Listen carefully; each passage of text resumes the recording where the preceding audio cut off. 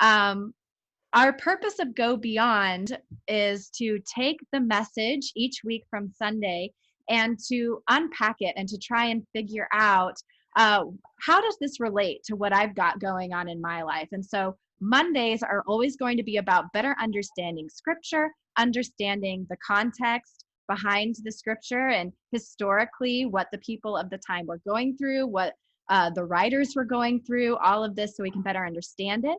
Wednesdays will be my favorite day. I already know because it's when I get to challenge the message and, really push Daniel on why is this important to me, and ask all of these scenarios of what if this happens, what if that happens, and I get to throw all of my doubts out there.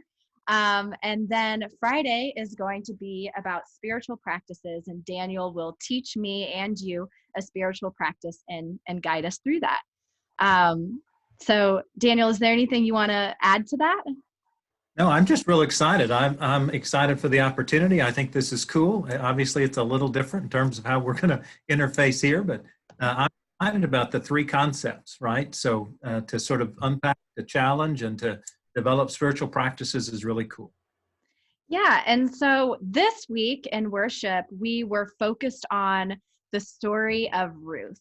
And so one of the things that Daniel recommended to us was to go and read the entire story because it is only 4 chapters. So I actually did that in between the 9:30 and the 11 a.m. service. I went through and read the 4 chapters to try and better understand it. Thank you. It's a quick read. Yeah.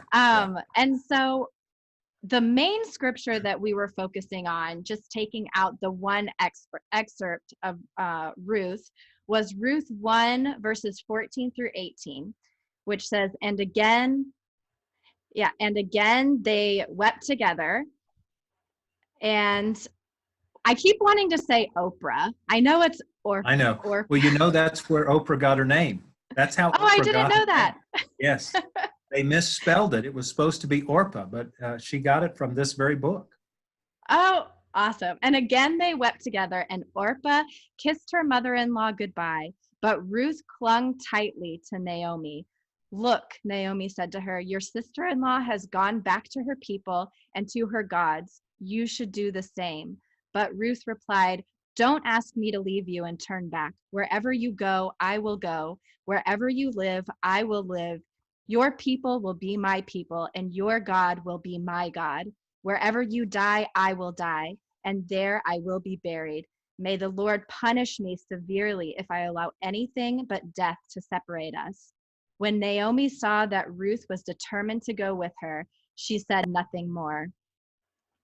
And I love it because it's so dramatic.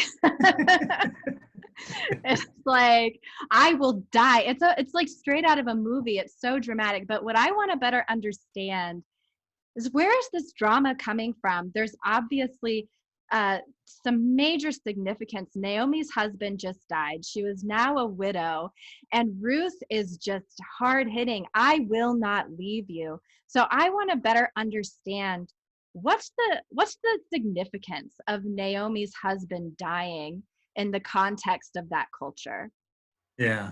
Well, I mean, first of all, there's no better people who tell good stories than Jews. I mean, they tell amazing stories, right? And so, like many of the Old Testament stories, this is a phenomenal story. It's very captivating. Like you said, you read 4 chapters in a matter of less than an hour, and, it just kind of sucks you in, right?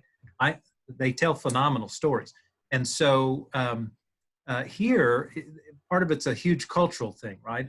A huge cultural thing. So roughly anywhere from 2,500 to just shy of 3,000 years ago, in an ancient culture where women were unfortunately commodities, if a woman lost her husband, then she had essentially one of 2 options. She could either go on the street and earn her keep, if you will, in a not too reputable way, or she could remarry. Usually the Levitical law required that she remarry a relative, and that was Naomi's issue. She had no one to remarry. She'd left her homeland, Bethlehem, in Judea, and she didn't have anybody to remarry. She'd also lost her 2 sons. And so that was a huge issue for her, and why she needed to go back to her homeland was because she needed either a husband or somebody to redeem her. And we'll, of course, talk about that in a little bit. Yeah, and so, and I think that there's also the when she specifically says, you know, Oprah has not Oprah, Orpah has left and gone back to her gods, and you should do the same.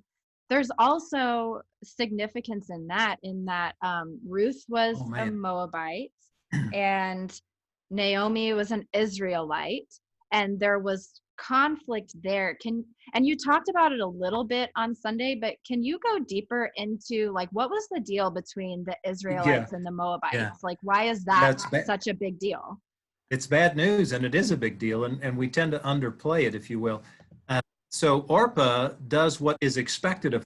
She stays in her homeland and doesn't do anything unusual. What's unusual is what Ruth does. Ruth leaves her homeland, leaves her culture, leaves her religion, leaves her family, and goes to be with Naomi. And so that part is the huge component with regard to just her loyalty. Her loyalty to Naomi is huge because it's unexpected. And you're too young to remember this, but when I first got in ministry, this passage of scripture that you just read was actually the go-to scripture for a marriage ceremony. Prior to 1 Corinthians 15, this was the one. Your people will be my people, your God will be my God. Where you go, I go. If you die, I. It was a way to express commitment, right? So when I was new in ministry, this was the passage we read for marriages. And it wasn't intended for such, but you can see how it works, right? I'm committed to you. I will be loyal to you, and I will go anywhere you go. But with regard to the Moabites, it goes all the way back to Genesis 19. You may recall a guy named Lot. Lot was Abraham's nephew, and Lot was in Sodom and Gomorrah. And of course, that gets destroyed. And part of what happens is Lot goes his separate way at the very end of Genesis chapter 19. And there is some incestuous relationship that's developed there between he and his daughters.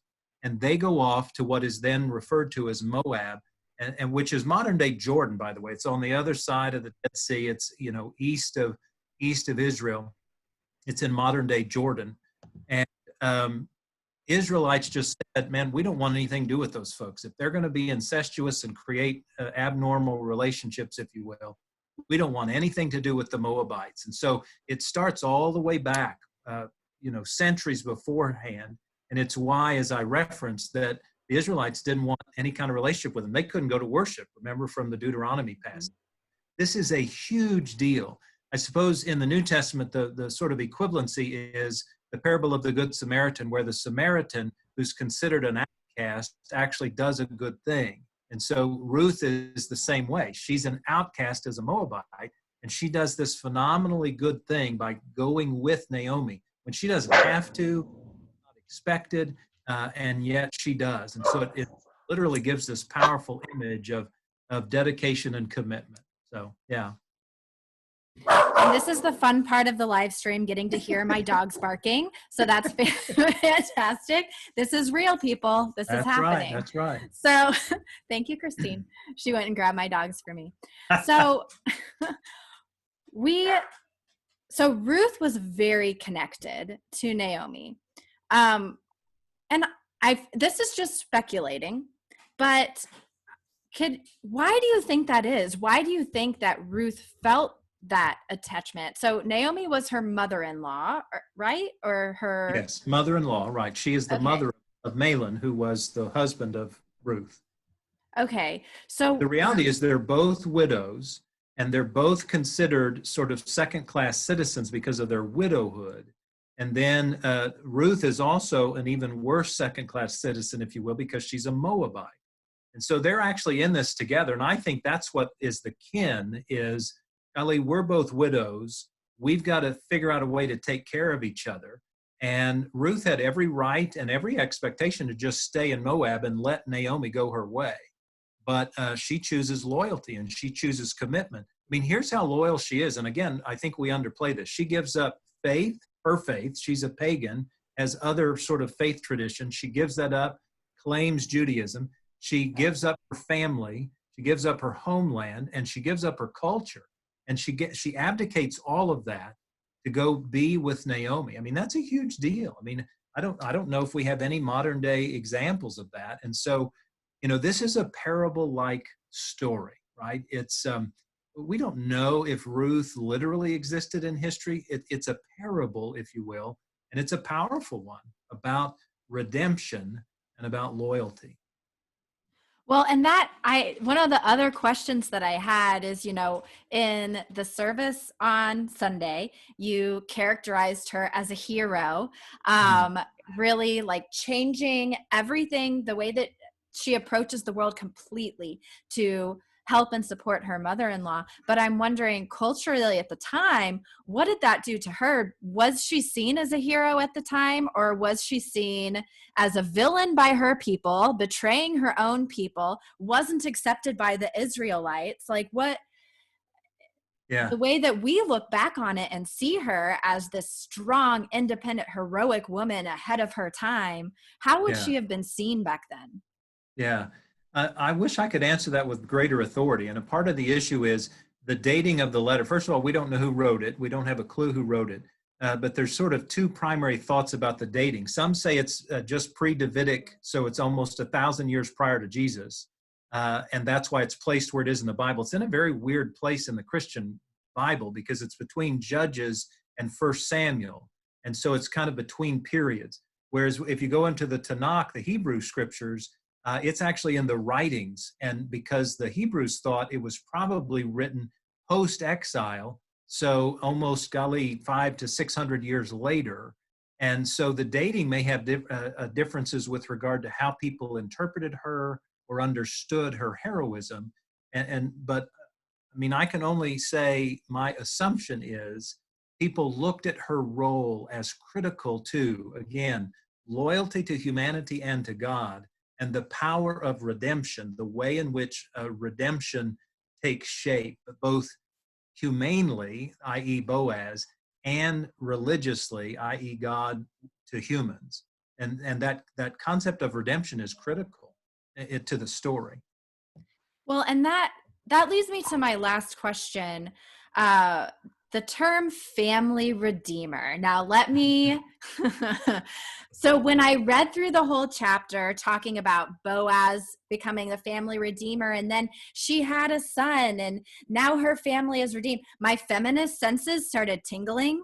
And I was like, what? Like, what is my, so the way I interpret it, I understand culturally, and this is what I want you to explain. When I read it, I instantly start to get angry because I'm like, why does it take a man to make, when she's so strong and she's so like courageous, but she's not redeemed until she has a son or until she's married. And so her value is placed on the man that she's connected to. So can you explain a little bit more about what this term family redeemer means? Yeah, well, I mean, you've already identified a part of it. It is clearly an ancient tradition that in modern day world, at least in Western culture, we would just go, holy crud, you got to be kidding me. I mean, why would this be necessary? Now, having said that, certainly in some Middle Eastern traditions, even to this day, this is still a reality, right? But in the Western culture, we go, golly, you don't need that kind of redemption. You need redemption through God. You need this redemption of finding freedom in a relationship with God.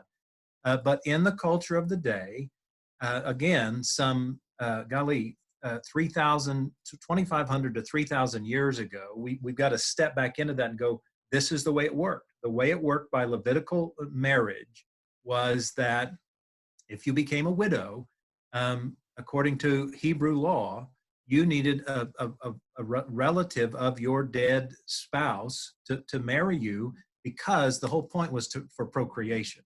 The whole point was you needed an heir, and if you couldn't create an heir, then unfortunately you had no value. What we choose to realize in this, what's known as kinsman redeemer, is that you can be redeemed in that relationship either for the perpetuity of your lineage, your history, your legacy, or if you needed a redemption for property's sake, to sort of gain some sense of wealth, then you could be redeemed through the land as well. And that's actually what the Redeemer, we didn't read this text, or I didn't reference this, but in in Ruth chapter 4, 3 and 4, there's a there's an alternative redeemer for Ruth who actually is closer to her than Boaz. And he basically declines. He says, golly, I don't want to get into this, and it's not worth it for my side of the family, so I don't want to do this. But Boaz, that's where Boaz steps up and takes over. What we use Ruth for in modern day time is to acknowledge that we need redemption, not so much for our lineage, but we need redemption from God. And it points to the ultimate redemption of Jesus. I mean, Jesus, of course, is not mentioned by name and would not have been, but the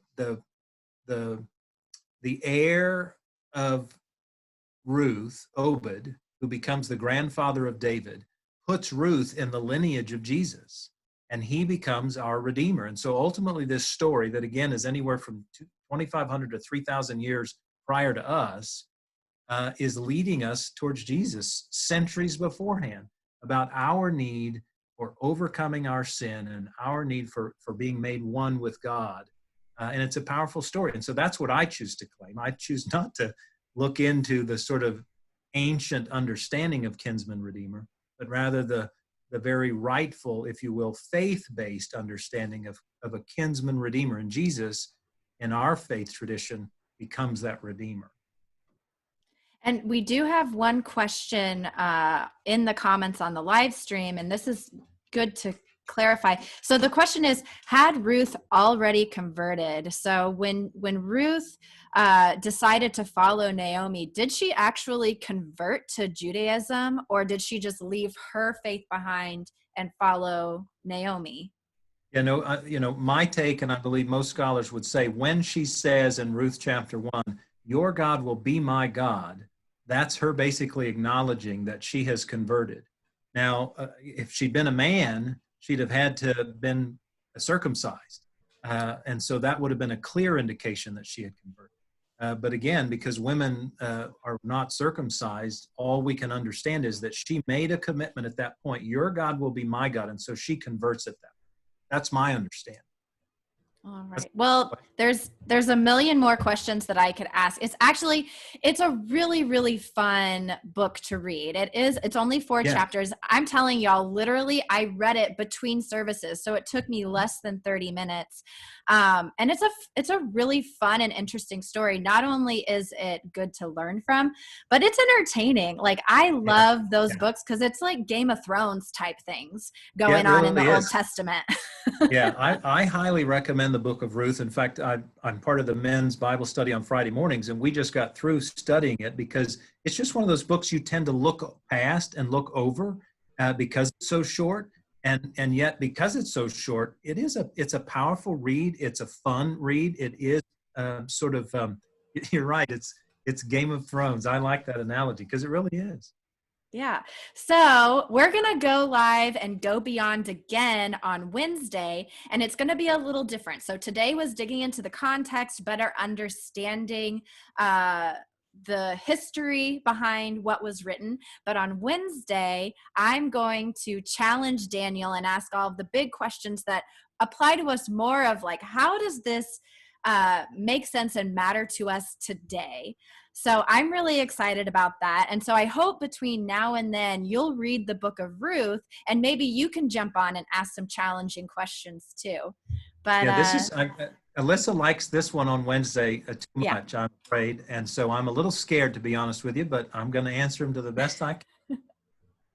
All right. Well, thank y'all for joining us, and we'll see you on Wednesday at 12:30. Take care, y'all. Thanks for joining us.